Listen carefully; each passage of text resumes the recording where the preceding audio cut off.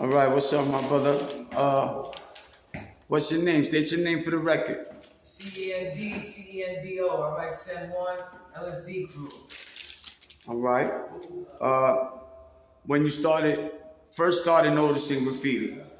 I first started noticing graffiti when I was like 12 or 11 years old. My mom used to take the train to work and shit like that, whatever, and she worked in Manhattan, so we take the train from Bay Ridge and then we moved to Bushwick. We used to take the train all the way to Manhattan every morning and back, so I got to see, Manhattan side of graffiti and then Brooklyn side or whatever. So basically when I was like 12, 13 years old, around there, Okay. And when did you notice that graffiti was something you wanted to do? Like, you got interested?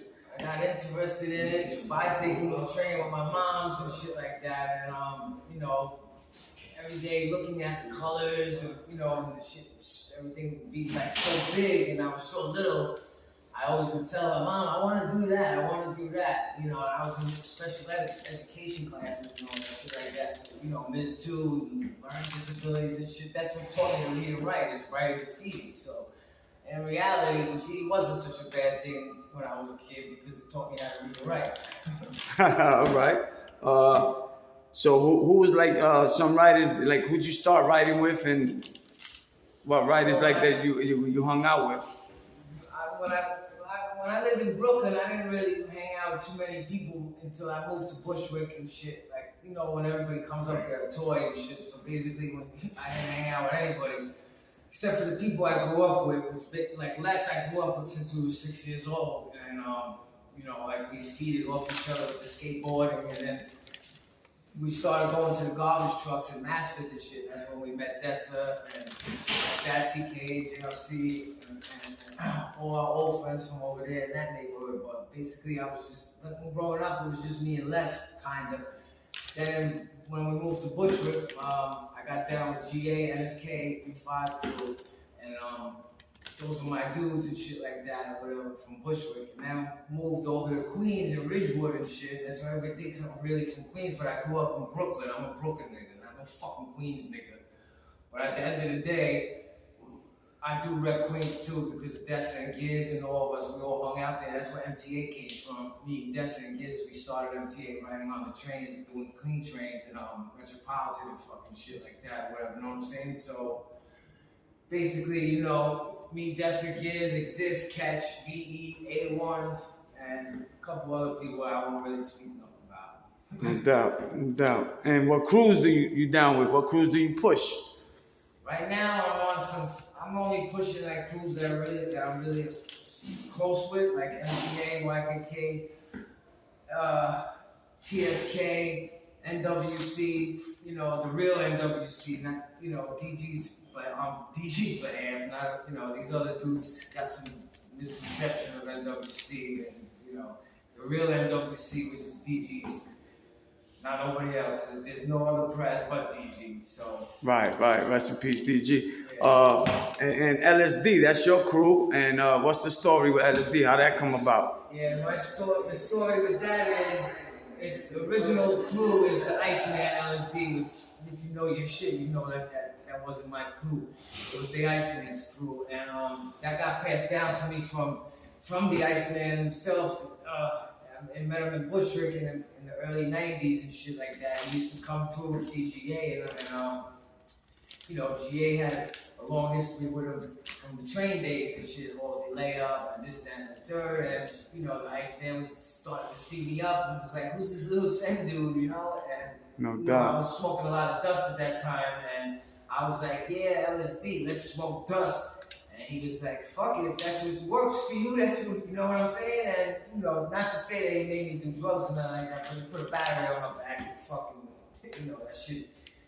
I'm clean now, and I'm not really trying to get back into that life at all. But that's what the original meaning was let's smoke dust. Besides what his original meaning was local subway demons, local subway destroyers, shit like that. But that's where the original LSD came from, was the Iceman. That crew's been around since the 70s, which is an honor to get blessed, for me to get blessed with that crew. And anybody that really knows their history knows that's dope shit right there to have that crew. No doubt. So it's safe to say that you kind of like you've been around. You solidified your spot in the graph game, and you know you just like took a lot of breaks here and there. And so fast forward to like now, and what happened with you like in 2004? You want to Yeah, say what happened? the breaks were because, unfortunately I caught that 10-year bid, and the two bids before that weren't that little either. One was about 1.5 to 4.5. I robbed a police house in the middle of the night, so it became a violent felony. And then the other things were basically drunk, wilding out, fucking up. Went to a store, cash register got taken. The guy's store owner got beat up. This, that, and the third. And then the last time was 2004, which I did the 10 years. Everybody was throwing up free Cend. He was killing shit with my, putting me up all the time. Among a lot of other people, Lasso, and a lot of good dudes, they kept my name alive within them 10 years, man. And I put in a lot of work while I was in jail with a lot of good people too. I met Victor 161. I was locked up in Roach, rest in peace, TFB, the real Roach, my nigga. Okay. Fucking basically, that 10-year thing, that took a big toll on my graph career. And fucking besides the other bids before that, that's why, if I never really got that push to go all the months and months and months and months without painting because I was locked up. The 10 years really took a toll on me. That's where I get these intermissions. That's basically what be happening, man. And that 10 years was for some stupid shit. Somebody went over me, my friends or whatever. His friends were uncool with my friends type situation. Whoever knows, they know, what it was or whatever. And, I'm a loyal motherfucker, so if you rag my man and I catch you, then, at the end of the day, it's a dog-eat-dog world, my nigga. That's a fact. So, that's what it was. And my loyalty stands, and I did what I had to do. And I did 10 years, and I ain't rat nobody out. You know what I'm saying? I handled mine, and it is what it is at this point. No question. All right, and so you want to tell us about? I see you got a GoFund page, right? You want to tell us about that? What's going on with that? GoFund right now. That's for this this present right now. There's a situation going on where I went to Queens and wrong place, wrong time. For the first time in my life, I'm actually doing the right thing. I was going to an outpatient drug program, and I got caught up being in the wrong place at the wrong time. There was a lot of bullshit, people talking shit about that. They posted my face on their pages and things like that, this nature, saying, how could anybody donate anything, go fund to this nigga if he's robbing old people and shit like that? Right. If you know me, like everybody else knows me, they know that this is all bullshit. That there's nowhere in my history where I would rob an old person, man. Not when you have a wife and kids at home. You don't do shit like that. And if you have a fucking record like I do, well, the minute you get picked up and you don't want to sign a statement on yourself and be a rat like these fucking 90% of these writers these days do, then you're gonna, this is basically what's gonna happen to you. They throw a case on you, it's gonna stick until you can fight it or you come up with enough money to get a lawyer to fucking figure everything out. That's a fact. That's basically what this lawyer's been doing right now. Now that we got this new lawyer, she's working on, finding out how this happened, how did they pick me out if I was never in a lineup, this, that, and the third. I don't want to say too much because. Right. No question. Okay, so more or less. So is this why you so you sitting here in Samaritan Village? Is that for this case, or is this something else? That's the reason I'm here now. I'm mandated from Staten Island for 10 desk repairs, tickets for graffiti during COVID.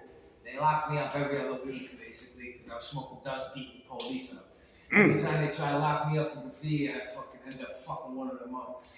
See a little skinny kid thinking that, and I was just on some wild out shit. I picked the cop up one time, he was like 280 pounds, slammed him on his head. And they wrote me desk appearance ticket after desk appearance. So while that was all going on, they finally took me to court and she remanded me. She sent me to the island for fucking 2 months. My wife bailed me out on Christmas Eve. And then when I went back to court, she remanded me and she put me in the drug program. I was in outpatient doing the right thing, but I was still slipping up from time to time. Right. But last year, sometime during the summer, I had like a rude awakening, and I just got tired of getting high, man. Like, fuck it, you know. I ran into somebody that I had problems with. We spoke. We got that shit alleviated.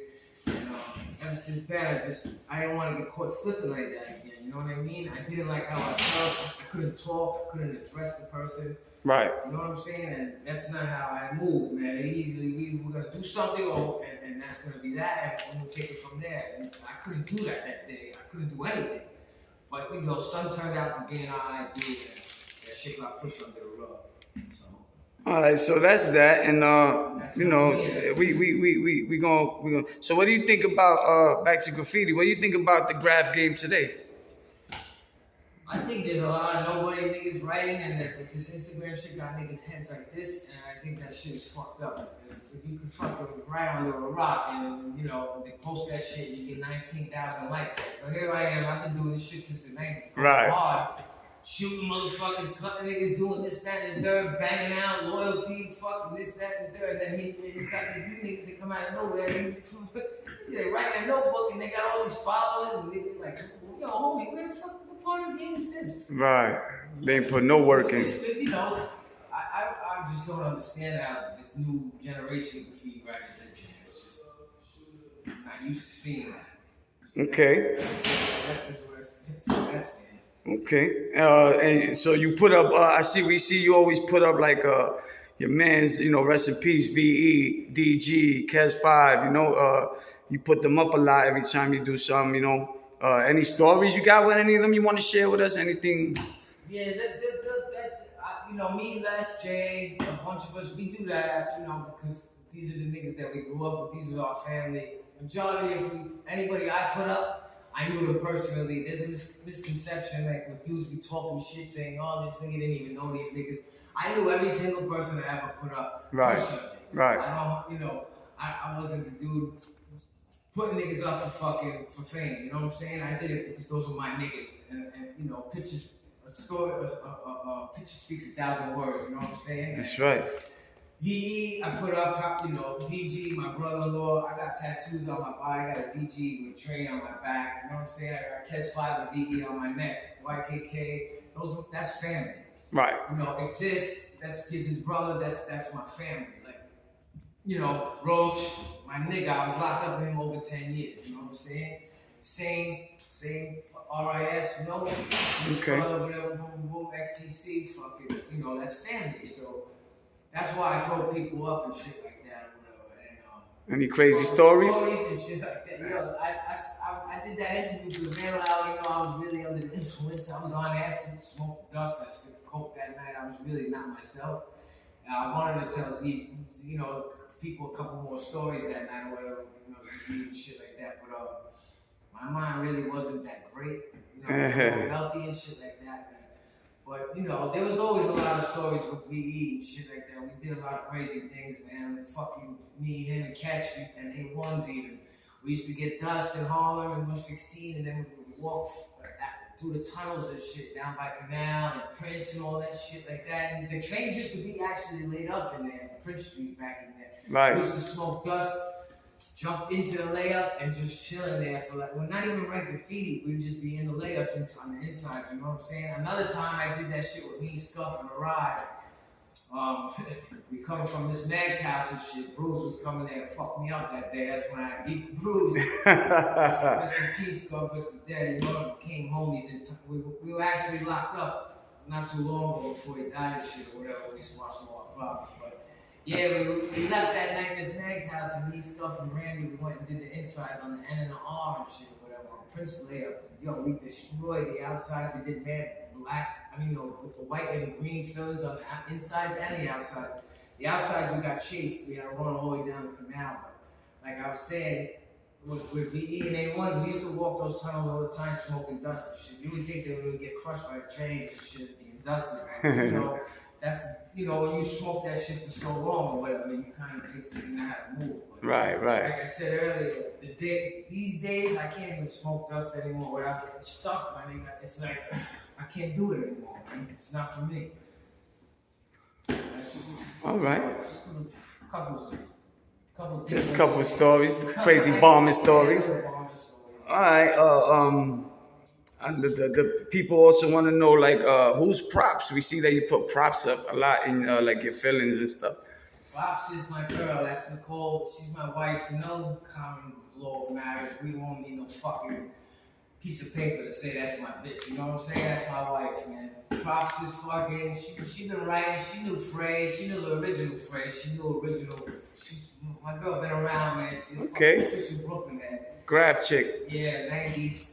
You know, polo life, polo and all that. That's my baby, man. I got 2 kids, my step kids. That's my heart. No doubt, no doubt, no doubt. Shout out, Nick. All right, so yo, this Cend 1 LSD, yo, man, it was, you know, it's good that you got to, you know, get these few minutes and let the people know, you know, where you been, what you've been up to and what you've been through, and you know, cause you're not a, you know, you're not a new jack in this game. You've been, you know, you've been here for a while. So, any last shout outs you want to give anybody, any crews, any people? Yeah, just you want to shout out? All my niggas that are fucking locked up, man. Free Bison, free Slime, and free Cendo. And basically, man, I'm just shout out all my niggas that are dead, man. You know, fucking VE, Catch 5, DG, Exist, Sane, Jaws, PG, fucking, you know, and Roach, fucking, you know, that's really about it, man. And my wife, man, I'm gonna shout out Props, man. And everybody that I'm cool with, you knows who you are, man. No doubt. MCI, XTC, YKK, NWC, baby, LSD crew. No doubt. And how about you want to shout out the GoFundMe info? Yeah, hit that GoFund, man. That shit, you know what I'm saying? We're supposed to fucking send the money to the lawyer today. Actually, today or tomorrow, I don't know, whatever. My girl has some shit worked out with the lawyer and all that, but we gotta get some more money up because she's only gonna take half the money and then only represent me half the time. So you know what I mean? So I need her, like, everybody to like hit that shit. It's whatever you can do. If it's $1 a person and I got like fucking whatever amount of followers now, every page I keep getting blocked out of, I've been losing all my files. I say at one point I had like a couple thousand and then I get down to 200, 300. I lose my phone. I lose now that I ain't getting high no more, man. Hopefully this page and these followers will stick by me and you know, believe none of these bullshit stories that these dope bozos are putting out either, man. In time, everything will come to light. You know what I'm saying? I didn't do what they're saying I did, man, 100%. So, you know, hit the GoFund, man. Like I said, $1 each, $1 a person, man. That shit all adds up, man. I really need to fucking beat this shit and move on with my life, man. Bigger and better things. I want to start piecing and start drawing again. Just get my shit together. That's what's up. That's about it. All right, bro. So y'all heard it here, man. From the horse's mouth, Cend 1 LSD. Yeah. Peace. Holla.